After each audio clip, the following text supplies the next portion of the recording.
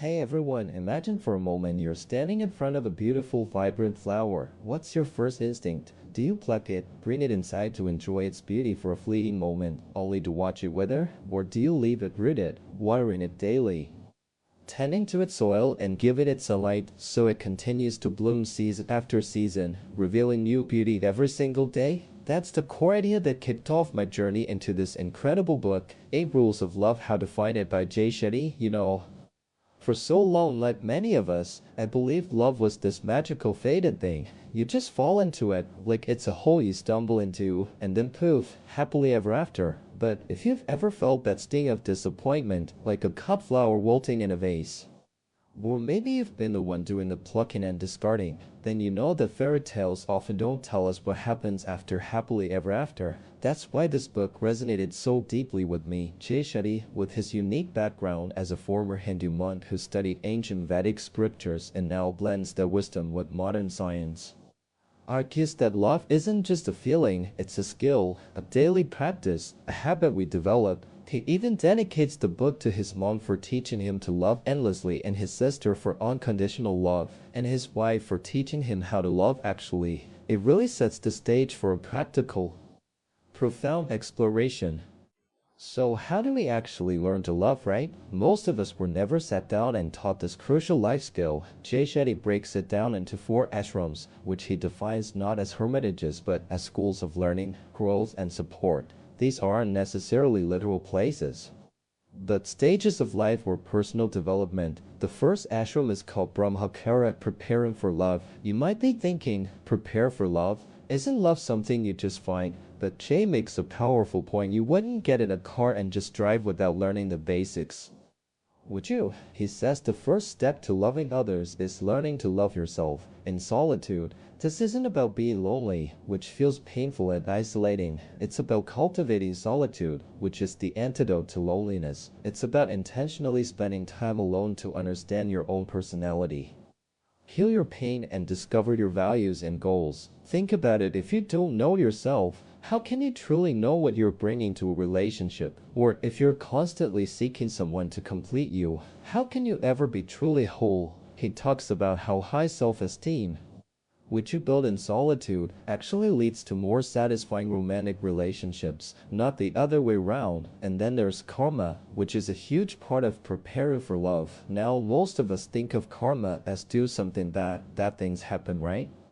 But Jay explains it as the law of cause and effect driven by our mindset. Our past experiences, especially from our parents, media, and first loves, leave impressions or samskaras that influence our decisions about love. He shares his own hilarious, albeit slightly disastrous, marriage proposal where he realized he was just recreating movie magic instead of thinking about what his wife, Roddy, actually valued. The key here is to understand these impressions so you're not repeating the same patterns. He introduces different types we date, like the rebel or the chase, and how these choices often reflect unlearned lessons from our past.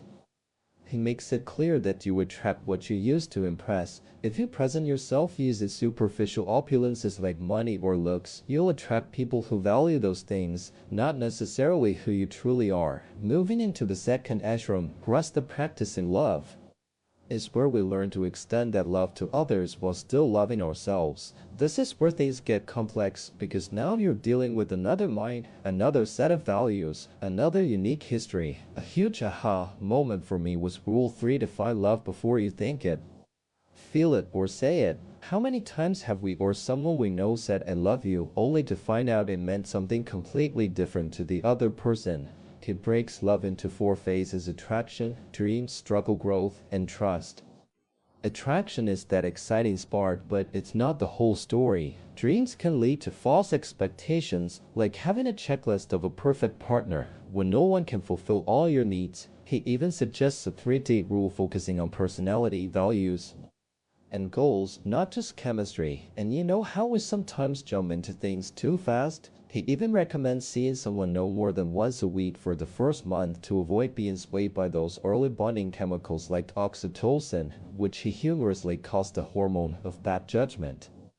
Then there's the concept that might sound a little strange at first: your partner as your guru. This isn't about one person being superior, it's about mutual learning. Your partner acts like a mirror, showing you parts of yourself you can't see alone, and you do the same for them.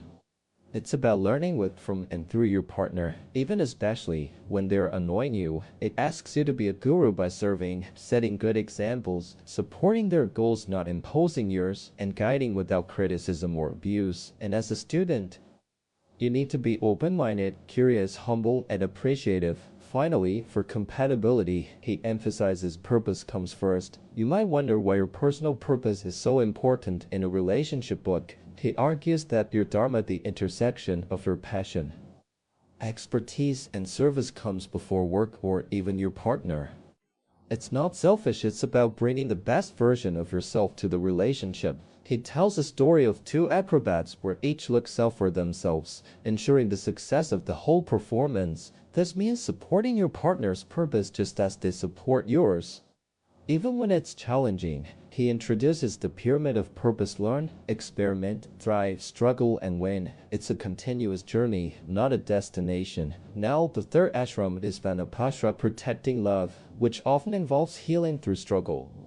Let's be real, conflict is inevitable. The book says, conflict is the beginning of consciousness. The goal isn't to avoid fights, but to learn how to win or lose together. She reframes arguments not as me against you, but as us against the problem. Every time one person loses in a fight, you both lose. This section gives practical steps for productive arguments, moving past pointless lashing out or power struggles rooted in ego. And then the big one: you don't break in a breakup. This rule hit me hard. When a relationship ends, we often feel completely broken, fractured, but Jay emphasizes that your soul is unbreakable. What breaks are your expectations, what you thought you were building, the shared life. He encourages learning from past relationships, no matter how painful, and not rushing into rebound relationships. He uses a powerful parable about a ruby to show that your value isn't defined by someone else's perception. You set your own worth. Finally, the fourth ashram, sannyasa, learning to love everyone. This is the ultimate expansion of love. After learning to love yourself, your partner, and healing through struggles, you realize love is infinite and can be extended to everyone. It's about moving beyond just romantic love to a boundless compassion, karuna, for all living entities. He talks about the helper's high, the joy and health benefits of selfless service. So, whether it's showing understanding, belief, acceptance, and appreciation to your closest friends and family, to colleagues at work, to people in your community, or even just smiling at strangers, every act of given love makes you feel more connected and fulfilled.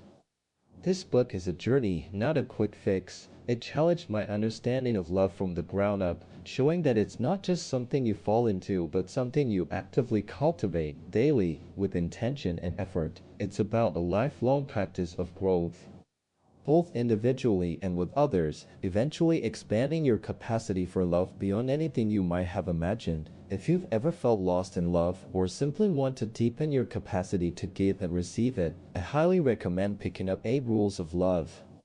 It might just change the way you see every relationship in your life.